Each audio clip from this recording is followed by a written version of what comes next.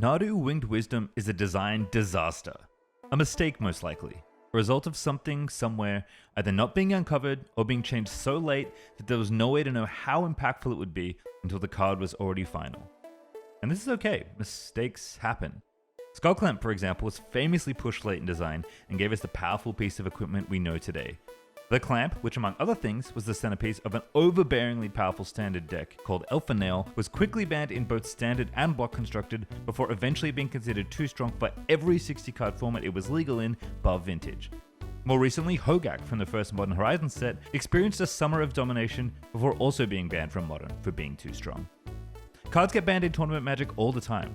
Cranial Ram got essentially pre-banned from Pauper for being likely too powerful and too similar to the already banned Cranial Plating. When Magic design is constantly balancing the tension of pushing cards, exploring new ground, while also trying to keep the game in balance, it's inevitable that things slip through.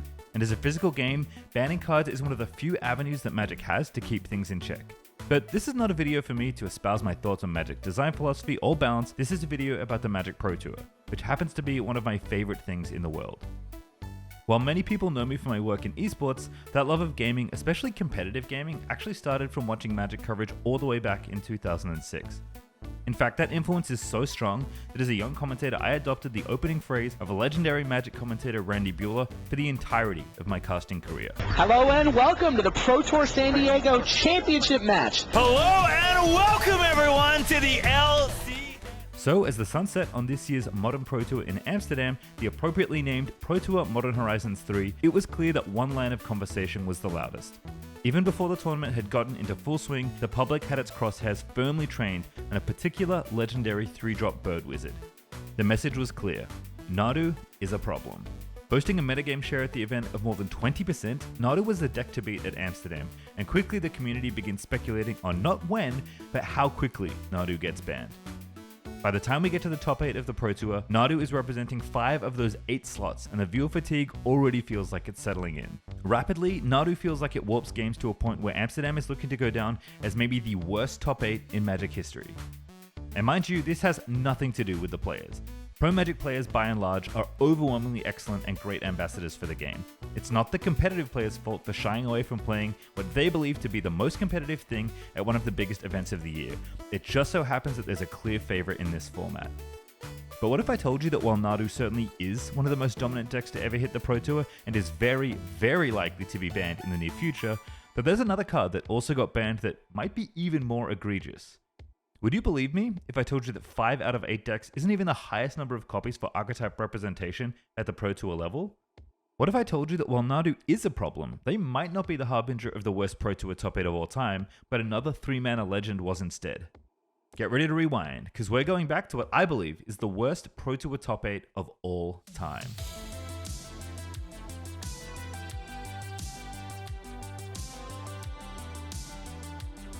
The 1999-2000 Pro Tour season is arguably the greatest stretch of competitive Magic that's ever been played.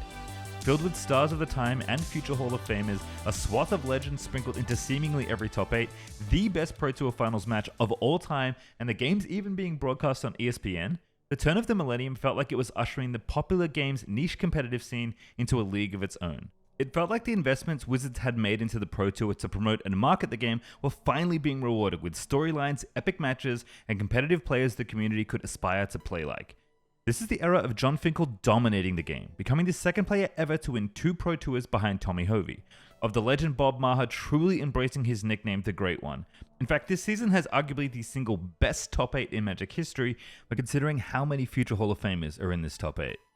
So it's fitting that this season, despite all of the sins of the powerful Urza's block, followed by the seemingly intentional powering down of the follow-up set Mercadian Masks, that this marquee year for Magic would also feature its worst top 8 ever. Before we get there though, let's talk a little bit about why Nadu has elicited the reaction that it has. Magic has had combo decks dominate before at the Pro Tour, and yet none of those spring to mind as being so awful to the point of being considered unwatchable. Necropotence was a fixture of Pro Tour top 8s for a while, giving a young Randy Buehler a PT win in his first ever Pro Tour. And while Necro ended up being so problematic it coined the term Black Summer, aka Necro Summer, and was eventually banned, none of the many Pro Tour top 8s it featured in could be considered boring. In 2008 at Pro Tour Berlin, another extended event would see the deck to beat put up 6 copies of Combo Elves into the top 8. and would lead to the eventual banning of Glimpse of Nature. But despite this putting even more copies of a combo deck into the top 8, Elves doesn't feel like it's drawing the same ire as our resident bird. Even Sivka's modern win with Eggs, despite being famously slow to execute its combo and also getting Second Sunrise banned down the line, never felt quite so oppressive to the point of personal exhaustion just from watching games of Magic. While I can only speak for myself, I think Nadu's dominance at the recent Pro Tour incites groans and eye rolls, not just because the deck is so good, but because it's both good and creates very uninteresting play patterns. It's a combo deck that's fast, but it doesn't play out that quickly. It's eventually deterministic, but spends a lot of time taking repetitive game actions before getting there. So how does a Pro Tour 24 years earlier compare to literal modern Magic? How much worse can it really get? Like I said, for all the wonder of that season, 2000's Pro Tour New York is just an incredible departure from the texture of the rest of the season. Much like Pro Tour Amsterdam 2024 will be remembered as Pro Tour Nadu, New York is named for its namesake cards as well. In fact, the name is so ingrained in Magic history that I didn't know what Pro Tour it actually was until I looked it up for this video. For so many reasons, I think this is the worst Pro Tour top 8 of all time. A new old challenger has appeared. It's time to talk about Pro Tour Rebels. As a quick history lesson, Pro Tour seasons used to consist of a very specific series of events, designed to test and showcase the different formats of Magic. In a given season, there was typically a limited PT, a team PT, a standard PT, and an extended PT. While the World Championships at the end of the season meant to capstone the end of the season and crown a world champion was a mixed event, combining rounds of draft and extended before culminating in a standard top 8 that basically always fit in the release timeline to showcase the latest set. So, which format was Pro Tour Rebels? Well, it was the bonus one that's always been a little bit janky and, like extended, no longer officially exists anymore. Block Constructed. The Block Constructed Pro Tour was always an interesting experience, although one I personally have pretty fond memories of. In theory, the Block PT was kind of like combining the limited design of the set with Constructed, meant to showcase the mechanics and design of an entire block of sets. The problem with Block Constructed is a twofold one: its timing in the Pro Tour season and its inconsistency as a format. As is probably pretty obvious, not all Magic sets or even blocks of sets are the same. They often have similar themes, support for different mechanics, and they build upon the world and gameplay within them. Sometimes this means you end up with Time Spiral Block Constructed, one of the sweetest formats ever, and sometimes you end up with Shards of Alara Block, which had a lot of Cascade in it. The other aspect is the timing of the Block Pro Tour, which was almost always pretty awkward.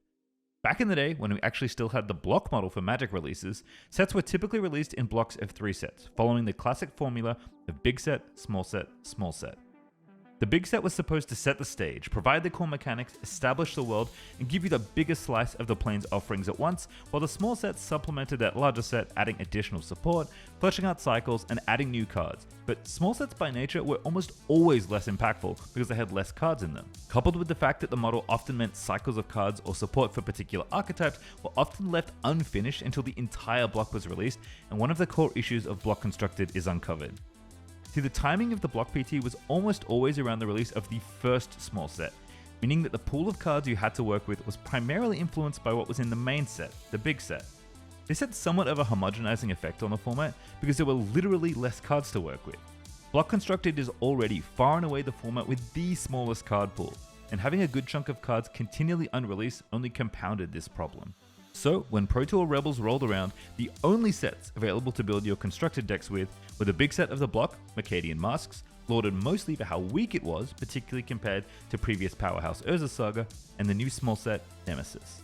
As fate would have it, Nemesis would actually end up defining the entire event, as 2 different rares effectively made up all the archetypes that comprise the top 8.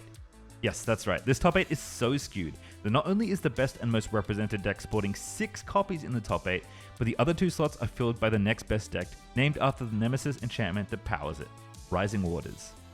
Rising Waters was a mono blue fish or tempo deck that played cheap, evasive creatures and counter magic, some of which were even free thanks to Mercadian Masks experimenting with other types of alternate cast effects. The real banger though came in Rising Waters, which was basically Winter Orb in enchantment form. Turns out that's about as good as regular Winter Orb, even if it costs twice as much mana. Couple that with the deck's artifact mana sources and its ability to use free spells to pick up and reset its own islands, and this was the tempo deck that put you in prison like no other deck of the genre really could. Did I mention Rishadan Port was printed in masks, by the way? So even if you untap your one land under Rising Waters, sometimes it'd just get tapped right down again. On the other lopsided part of the field was the tour's namesake deck, Rebels. Rebels themselves were an interesting recruiting mechanic, where you could play a class of card that could search for other creatures of the same type. For the Rebel searchers, this meant you'd pay some mana and tap them in order to go searching for a Rebel that costs 1 more than the recruiter you played. So, for example, Ramosian Sergeant costs 1 mana, and you could activate for 3 to find a 2-drop Rebel. Ramosian Lieutenant costs 2, activated for 4, and found a 3-drop Rebel. This Rebel chain would continue until you ramped all the way up to your big 6-drop finisher of 4/7 with Vigilance. Look, Block Constructor doesn't always have the hottest cards, alright? Still, this mechanic of searching your deck and chaining Rebels provided an interesting deck building reward for building around a creature type, and eventually you would ramp into so many threats that you could overwhelm any opponent. You were, however, gated by the increasing activation costs, as you always had to pay 1 more mana for the Rebel you wanted to recruit. The mechanic was very powerful, but also very mana intensive. Once Nemesis rolled around though, a new legendary Rebel was added to supplement the creatures added in masks. After all, the Rebels needed a leader, and boy did they get one. The absolute terror of masks Block Constructed, the girl boss herself, Lin-Sivvi, Defiant Hero. Lin-Sivvi was the hero the Rebels needed. At 3 mana, she was a Rebel you could afford to drop early. She was able to recur your Rebels if they were felled in battle or shot by removal, but most importantly, like all the other Rebels, she could search for other creatures in your deck. Lin-Sivvi didn't just recruit like normal though. She's a legend, so that came with legendary recruiting ability. Instead of paying a premium, Lin-Sivvi got to pay the mana value of the Rebel you wanted to get. So, if you wanted a 2-drop, instead of paying 3 mana with Sergeant, Lin could 2-drop a creature for only 2. This efficiency turbocharged the white-based creature deck into the stratosphere, giving the combat-based deck a level of power, consistency, and inevitability it had never had before. In a format that was already struggling for deck diversity, this was far and away the single best thing you could be doing in the format. So just imagine, you're walking into your first Pro Tour and you're told you are guaranteed to top 8. The catch? You have to play either Supercharged White Weenie or Mono Blue Stasis. That's basically the Pro Tour top 8 we're looking at. In fact, Rebels was so prevalent a force at this Pro Tour that most of the Rebel decks main decked the 4-mana flyer Voice of Truth because having a creature with protection from white was just that good. The peak of the absurdity though didn't come from just how good Rebels was as a strategy in the context of the format, nor how efficient Lin-Sivvi was as a recruiter. It actually stemmed from her super type. Lin-Sivvi could have been anything, but being a named character meant she wasn't just a Rebel, she was a legend. And in 2000, this is the most glaring issue of them all. These days, you can't sift through a few cards in a new set spoiler without encountering a legendary creature. But back in 2000, legends were both rarer and generally a lot worse than they are now. Lin-Sivvi being a very good legend was a problem. Not just because she was a good card though, it was because at this point in time, the original legend rule was still in place. Starting from the aptly titled set Legends up until the release of Champions of Kamigawa, the legend rule was very different to what it is today. Rather than all plays being able to have a single copy of a legend in play, the legend rule stated that only one player could have the named legend in play at any one time. While you could technically play your copy of the same legend, it would actually just go straight to the graveyard shortly after entering play, under the existing rule.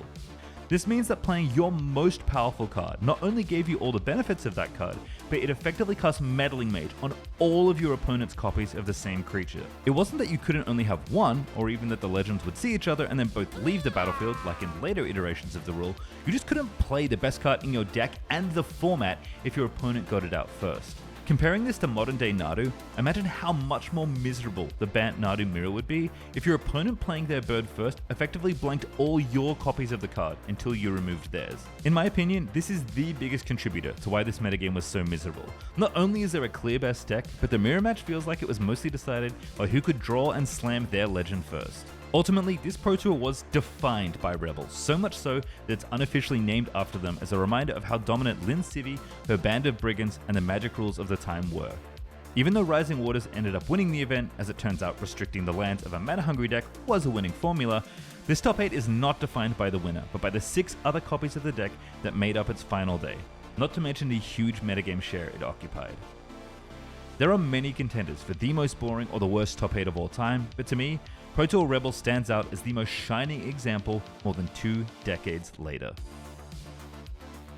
Like Nadu, Lin-Sivvi is one of many examples of powerful cards that eventually got banned in their respective formats, and most people are assuming the bird will meet the same fate soon. Even the winner of Pro Tour Nadu, piloting the namesake deck, had some words worth heeding. Yeah, I don't know. I mean, this deck is just crazy stupid, and I'm glad I got to play it before it's gone, because it's gonna be gone. Do not invest. Thank you so much for watching. If this is the kind of video you want to see more of, make sure to give it a like and subscribe for more content focused on Magic and Commander. You can also give your opinion on Pro Tour top 8s, or what other things you might like to see covered on the channel in the comments below. Before we go, I'll leave you with the wise words of a Magic player that's much, much better than me, and knows a thing or two about Pro Tour top 8s. I can't even imagine my life without Magic the Gathering. I picked it up when I was 15. I started to find friends, played Magic with them, found more friends. My entire circle of friends is essentially Magic players at this point. I got my job through Magic players. I'm still working with a lot of Magic players. I'm 44 years old. I'm playing the game since I was 15. I mean, I assume my life would have been completely different if I never got introduced to Magic. It's just incredibly important for me.